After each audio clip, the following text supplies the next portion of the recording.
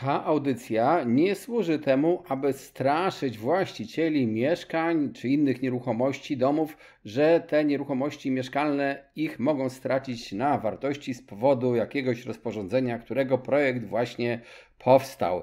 Ta audycja jest o tym, aby ci, którzy chcą kupować nowe mieszkania, nowe dla siebie, zastanowili się, co kupują i jakie będą tego skutki. No i jest też o tym, jak to nowe rozporządzenie może de facto wpłynąć na rynek mieszkań. A jeżeli w ogóle interesuje Ciebie rynek nieruchomości, trendy, zmiany w prawie, no to subskrybuj ten kanał, a dowiesz się tutaj z pewnością wiele ciekawego. Zachęcam też do korzystania z kursów online znajdujących się na stronie symen24.pl. I szybko przechodząc do tego rozporządzenia. Jakie to jest rozporządzenie? To jest projekt nowego rozporządzenia przygotowanego jeszcze przez Ministerstwo Rozwoju i Technologii, które teraz będzie, czy jest włączone do resortu gospodarki i finansów, ale ten projekt wprowadza klasy energetyczne budynków, ich oznaczenia literowe od A+ do G, gdzie A+ jest to najlepsza klasa, G najgorsza, na podstawie wskaźnika zużycia energii pierwotnej. I wielu z Was może myśleć, że jest to rozporządzenie nieistotne, nieistotna zmiana, no bo przecież te świadectwa energetyczne były już dawno, no to co z tego, że wprowadzimy te klasy, oznaczenia literowe klas od A+ do G, tej najgorszej. No i to wcale nie jest takie proste, bo skutki mogą być znacznie głębsze, zwłaszcza gdy zestawimy to z nadchodzącym systemem ETS2, czyli rozszerzeniem handlu uprawnieniami do emisji CO2 na sektor budynków i transportu. Pewnie słyszeliście, że nasz rząd protestuje, mówi, że ETS nie wejdzie, ale to są tylko jak na razie opowieści. Nic się w tej sprawie faktycznego nie dzieje. Ten ETS może wejść w życie i powiem szczerze, może po prostu zmienić mocno rynek nieruchomości mieszkalnych. Dlaczego? W tej audycji nie chcę się wdawać w żadne szczegóły techniczne, bo to nie jest audycja dla inżynierów i chcę w miarę prostym językiem wytłumaczyć zwykłym uczestnikom rynku nieruchomości, o co tu chodzi, więc z góry przepraszam za pewne uproszczenia.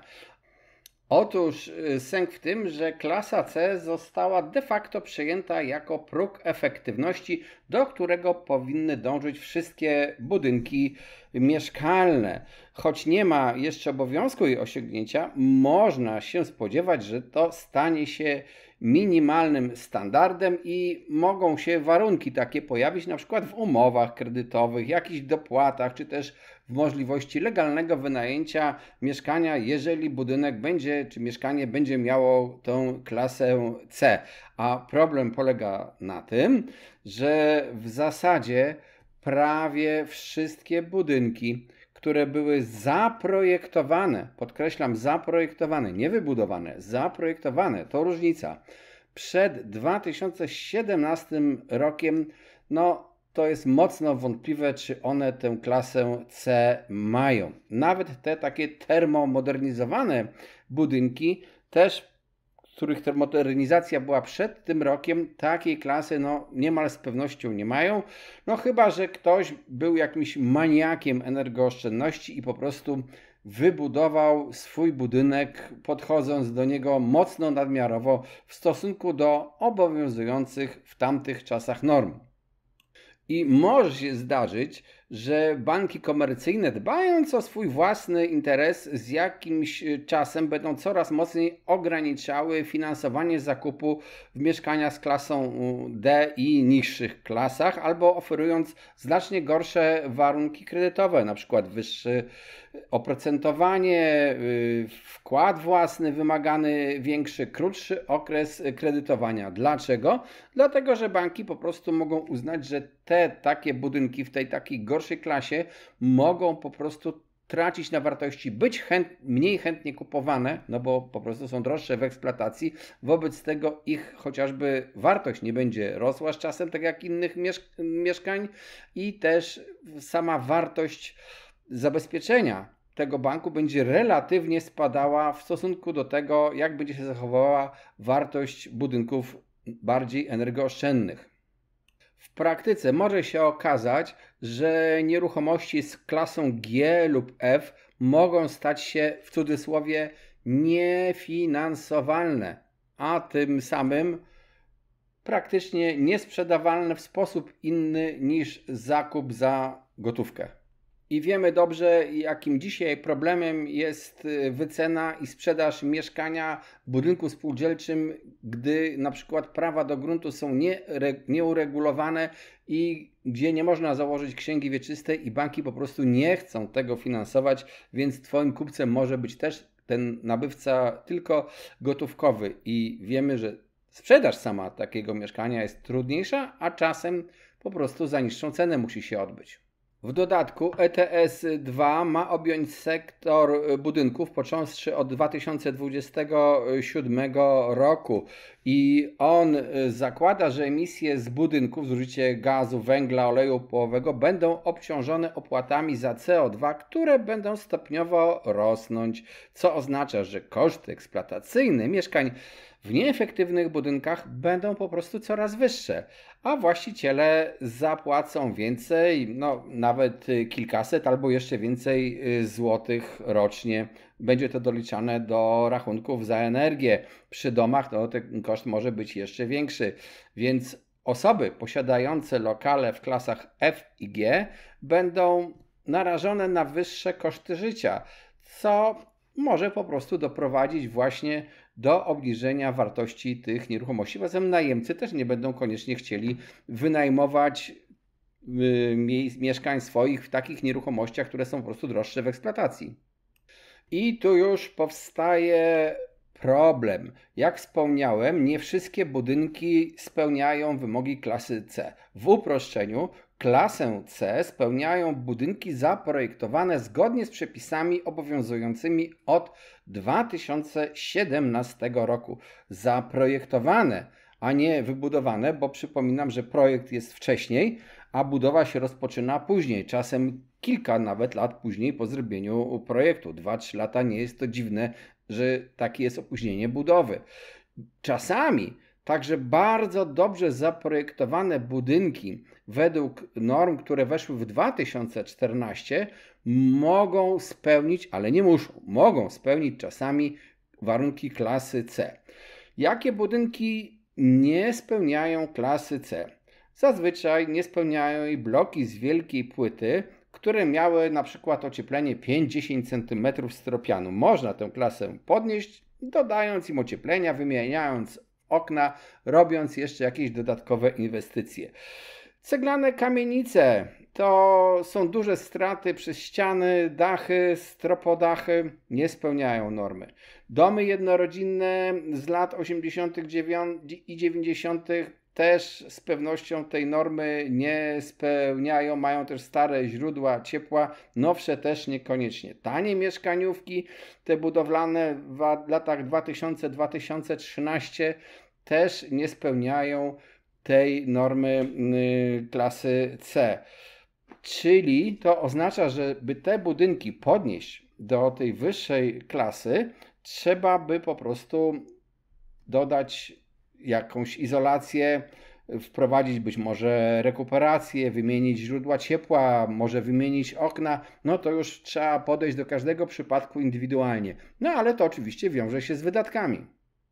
Na szczęście na razie w Polsce jeszcze nikt się nie posunął do tego, żeby zakazać obrotu czyli sprzedaży lub wynajmu mieszkań w budynkach w klasach gorszych, ale to może zawsze komuś przyjść do głowy.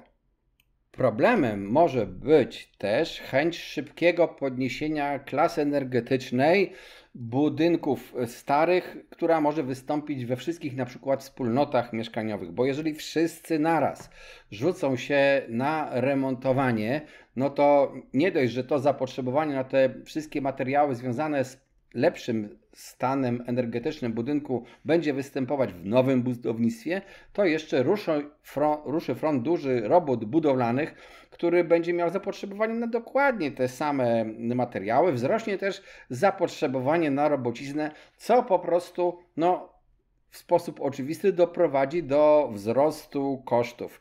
Niektórzy szacują, że te ceny mieszkań wzrosną o 5 do 15%, ale jeżeli to będzie jakaś taka lawina, to może się okazać, że to jest nawet więcej. Tym bardziej, że na przykład mają być jakieś programy, które mają stanowić dotacje na przykład do tych remontów, a wiemy też często, że nic tak dobrze rynku nie psuje, to znaczy nie podbija cen, jak wszelkiego rodzaju dotacje. Jakie są przewidywania co do rynku wtórnego? Zakłada się, że lokale w tych gorszych klasach będą traciły na wartości. Nawet widziałem gdzieś takie opinie, że jeżeli taki budynek znajdzie się w klasie G, to może to oznaczać spadek ceny o 20 do 30% względem lokalu w klasie B. Są to oczywiście szacunki, bo tego jeszcze nikt nie doświadczył. Na razie jeszcze nie mamy efektów działania tej ustawy, dopiero to wszystko jest zapowiadane, zarówno rozporządzenie, jak i samo ETS-2, jego wejście w życie. Mieszkania o niskiej klasie energetycznej mogą być po prostu trudniejsze do sprzedaży, niekwalifikujące się do kredytu, wykluczone z wynajmu w przyszłości, tak jak już to dzieje się na przykład we Francji.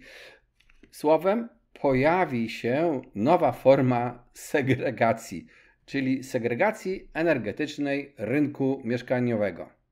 Dobrą wiadomością, częściowo oczywiście, jest tylko to, że przewidywane są liczne formy wsparcia dla właścicieli starych domów i wspólnot mieszkaniowych.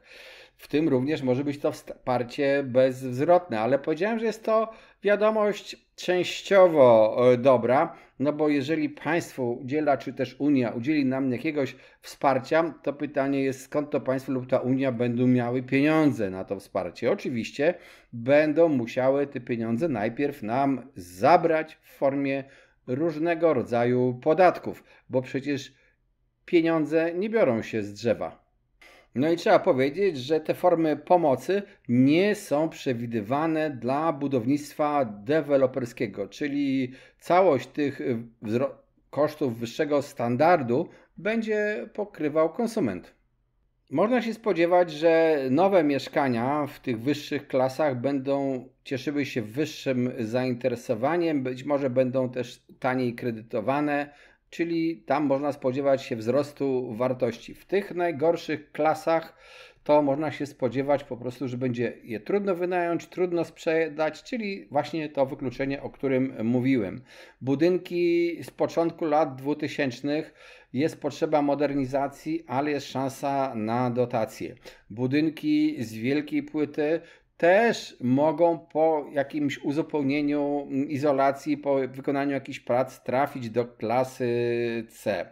Deweloperzy, wyższe koszty budowy, a spółdzielnie mieszkaniowe muszą po prostu zacząć myśleć i zacząć zastanawiać się, jak uzyskać dotacje na te wszystkie działania.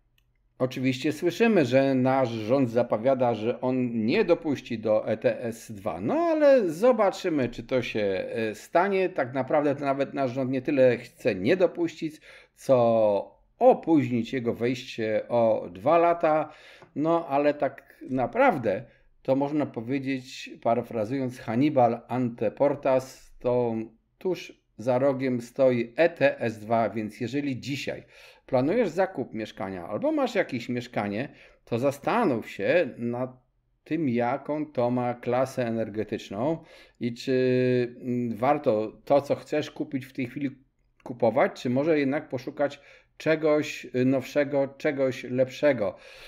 Bo być może niedługo okaże się, że klasa energetyczna budynku będzie ona niemal równie ważna lub wręcz równie ważna jak lokalizacja, metraż czy rozkład samego mieszkania, czy nawet otoczenie, które znajduje się wkoło budynku. Jeżeli chcesz wiedzieć więcej o rynku nieruchomości, subskrybuj ten kanał, pisz nam w komentarzach propozycje nowych tematów. Zapraszam do zaglądania na stronę symen24.pl, gdzie są liczne informacje o rynku nieruchomości, ale także kursy online dla osób, które by chciały inwestować lub które chciałyby zarabiać na pośrednictwie w obrocie nieruchomościami. Cześć, trzymajcie się.